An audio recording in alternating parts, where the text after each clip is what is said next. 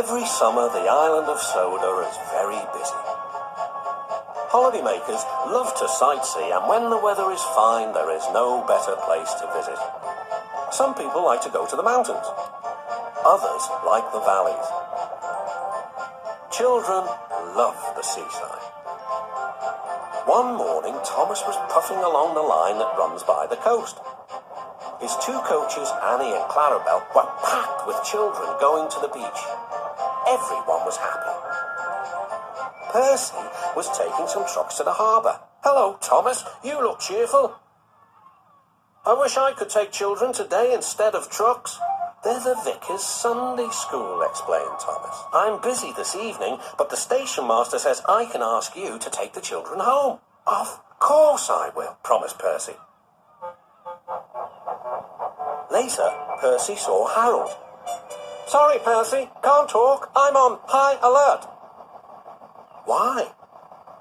"Bad weather's due. My help's always needed. Mind how you go, Percy." "Pah!" huffed Percy.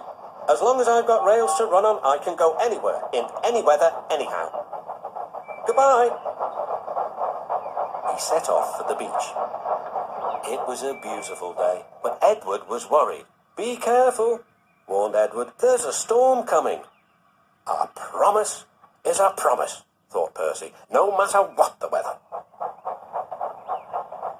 The children had a lovely day, but by tea time, dark clouds loomed ahead.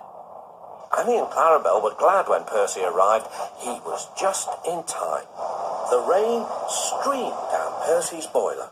"Ugh!" He shivered and thought of his nice dry shed.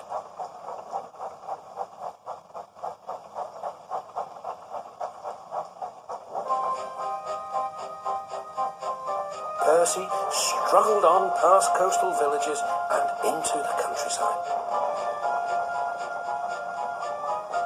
The river was rising fast. I wish I could see, complained Percy as he battled against the rain. More trouble lay ahead.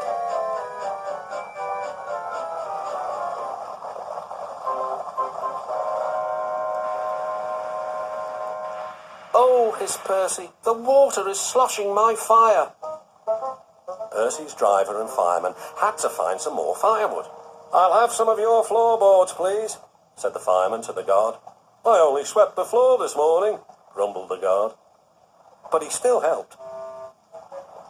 Soon Percy's fire was burning well.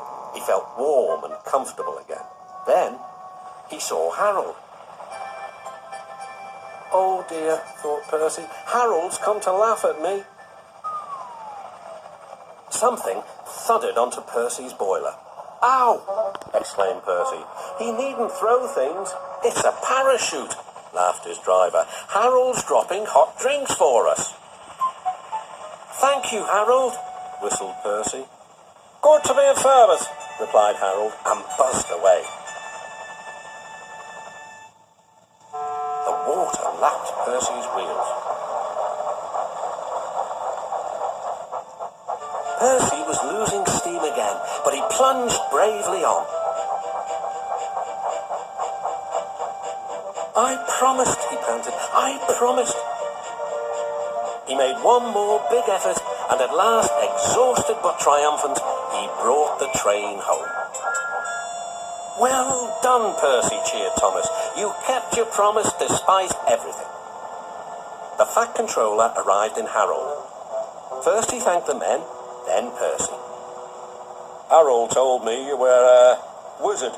He says he can beat you at some things, but not at being a submarine. I don't know what you two get up to sometimes, but I do know that you're a really useful engine." "Oh, sir," whispered Percy happily.